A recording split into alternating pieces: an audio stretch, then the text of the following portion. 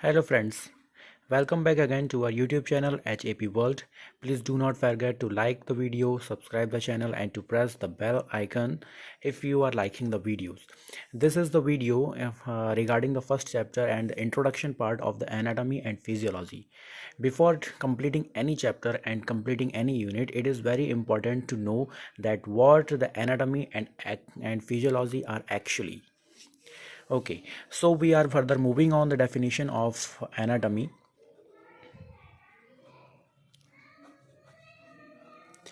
Dear friends, the anatomy may be defined as the branch of science which is dealing with the structure of the body, right? The branch of science which deals with the structure of the human body is called as anatomy, and just opposite to this, the branch of science which deals with the function of the human body is called physiology. This is the easiest definition of anatomy and physiology and the most frequently asked question in the examinations of D Pharm and the B Pharm. The branch of science, the branch of science which deals with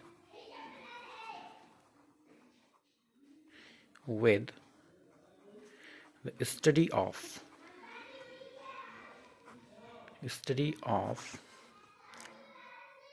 a single cell,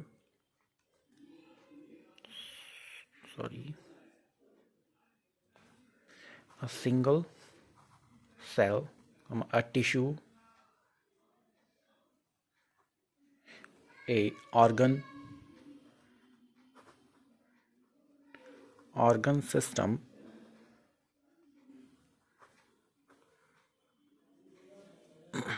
and whole human body structure is anatomy. Anatomy के basically 4 types होते हैं. पहला type anatomy का होता है gross anatomy. Gross anatomy is the study of a structure which we can conduct with the naked eyes, or in other words, the study of the structures which can be studied without using microscope is called as gross anatomy. Second one is microscopic anatomy.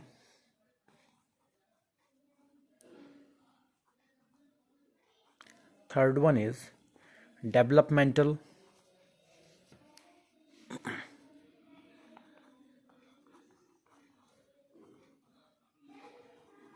anatomy, and fourth is comparative anatomy.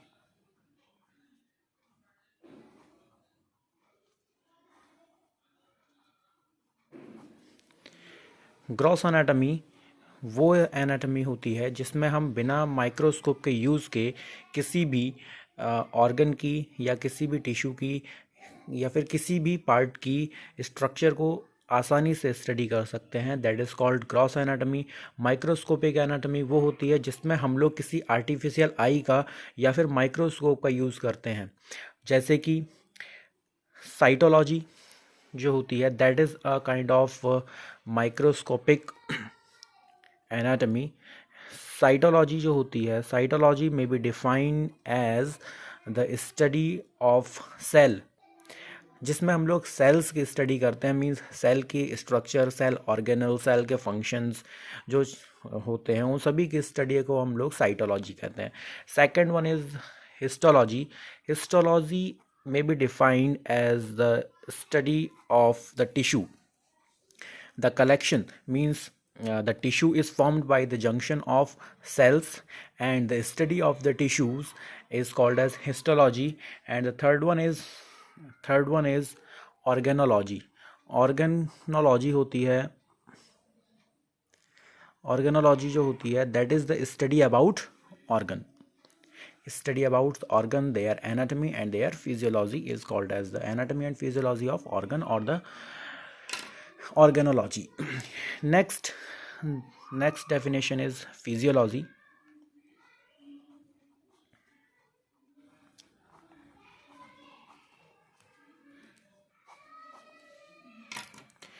The branch of science which deals with the study of the function of a single cell, tissue, organ system and the whole human body is known as physiology.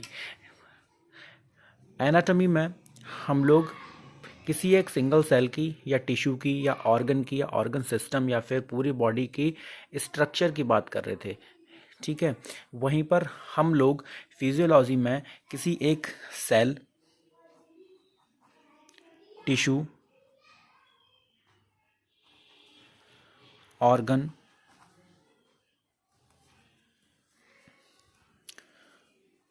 Organ system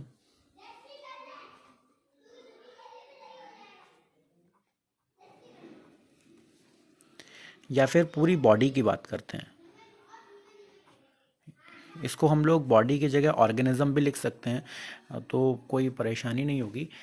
जब हम लोग इन सभी के functions की बात करते हैं तो उसको हम लोग फिजियोलॉजी कहते हैं, ठीक है। चलिए अब हम लोग बात करते हैं जो ह्यूमन बॉडी है उसके स्ट्रक्चरल ऑर्गेनाइजेशन की। स्ट्रक्चरल ऑर्गेनाइजेशन का मतलब होता है उसका निर्माण होना और स्ट्रक्चरल का मतलब होता है संरचनात्मक। हम लोग मानव शरीर के संरचनात्मक कंपोजिशन की या फिर उसके संरचनात्मक निर्माण की बात करने जा रहे हैं। तो मानव शरीर के जो स्ट्रक्चरल ऑर्गेनाइजेशन है वो 5 लेवल्स में कंप्लीट होता है। उसके structural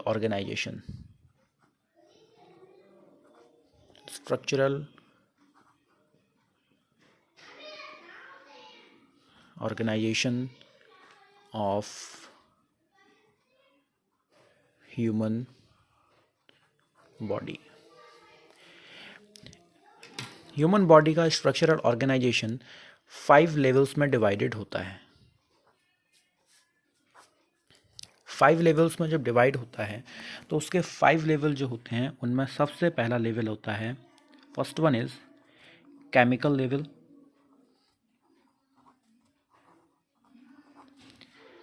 second one is cellular level,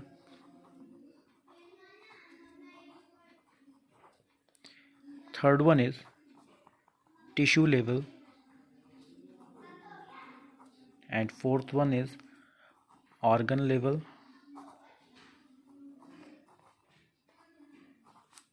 fifth is organ system level। इस चीज़ को हम लोग एक डायग्राम के थ्रू समझने की कोशिश कर सकते हैं।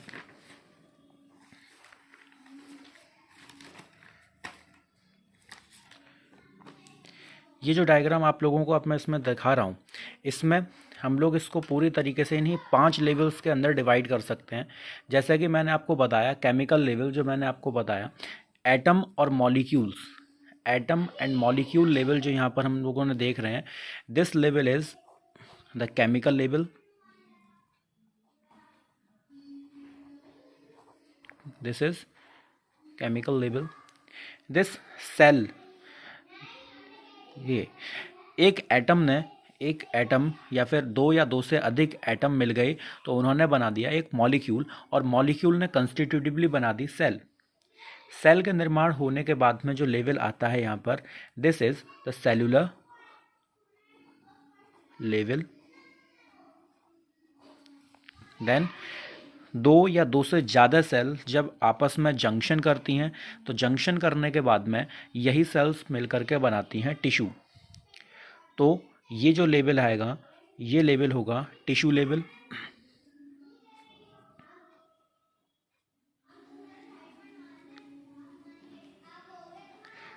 Tissue level. and when the tissues are joined together and they results in the formation of an organ. This the diagram of the organ is the stomach. तो यहाँ पर जो लेबल आएगा ये होगा organ label,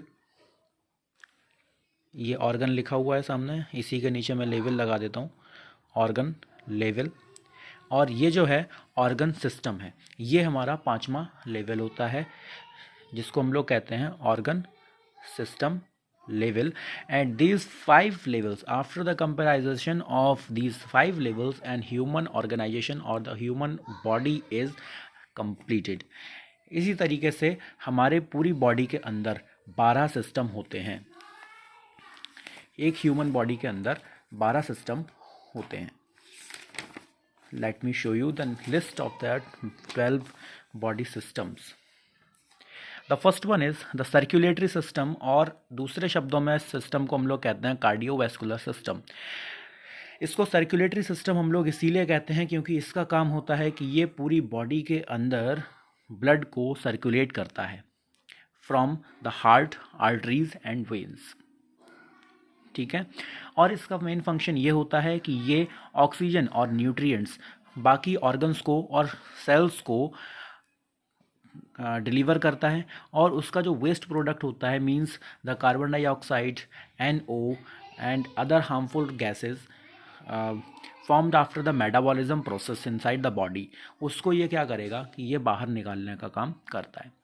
the second system is digestive system. Digestive system का function होता है कि वो फूड को डाइजेस्ट करता है। इसको एक्सक्रिएटरी सिस्टम भी कहते हैं क्योंकि इसका काम ये होता है कि जब हम लोग फूड खाते हैं, खाने के बाद में ये डाइजेस्ट करके उसका जो वेस्ट होता है, the useless waste that is not of use inside the body, उसको एक्सक्रिएट करने में भी हेल्प करता है। इसमें जो चीफ ऑर्गन्स आते हैं वो माउथ से लेकर के एनस तक रहते हैं। ठीक है, नेक्स्ट एंडोक्राइन सिस्टम जो होता है, इसका काम होता है कि ये हमारी बॉडी के फंक्शंस को इन्फ्लुएंस करने में हेल्प करता है बाय यूजिंग द हार्मोन्स। फिर इंटीजुमेंट्री सिस्टम या फिर एक्सोक्राइन सिस्टम। इंटीजुमेंट्री सिस्टम में कुछ प्रोटेक्टिव और जी बिल्कुल, कुछ प्रोटेक्टिव ऑर्गन्स या फिर टिश्यूज़ होते हैं जिनके अंदर skin, hairs, nails, sweat glands और अदर एक्सोक्राइन ग्लैंड्स। एक्सोक्राइन का मतलब यही होता है जो कि स्किन के बाहर रहते हों। ठीक है, इम्यून सिस्टम या फिर लिम्फेटिक सिस्टम। इसको इम्यून सिस्टम हम लोग इसीलिए कहते हैं क्योंकि इस सिस्टम का मेन फंक्शन होता है बॉडी की जो इम्यूनिटी होती है उसको मेंटेन करने में। और लिम्फेटिक सिस्टम हम लोग इसलिए कहते हैं क्योंकि इसका जो चीफ ऑर्गन्स होता है, चीफ ऑर्गन जो होता है दैट इज़ लिम्फ नोड, और इसके अंदर जो फ्लूइड पाया जाता है उसको हम लोग कहते हैं लिम्फ। इसके अंदर जो सेल्स मिलती हैं वो होती हैं मैक्रोफेजिक सेल्स, जिनका काम ये होता है कि कोई भी एक्सटर्नल माइक्रो ऑर्गेनिज्म या फिर पैथोजेंस या फिर किसी भी तरीके की हार्मफुल रिएजेंट की हमारे बॉडी के अंदर जब प्रेजेंस होती है तो जो मैक्रोफेजस सेल्स होती हैं वो फैगोसाइटोसिस करके उस सेल को या फिर उस पैथोजन को किल करके बॉडी से बाहर एलिमिनेट करने में हेल्प करती हैं। इसीलिए इसको लिम्फेटिक सिस्टम कहते हैं, और इसके इसी फंक्शन की वजह से कि ये हमारे शरीर की प्रतिरोधक क्षमता को बनाए रखने में मदद करता है, इसको हम लोग इम्यून सिस्टम भी कहते हैं।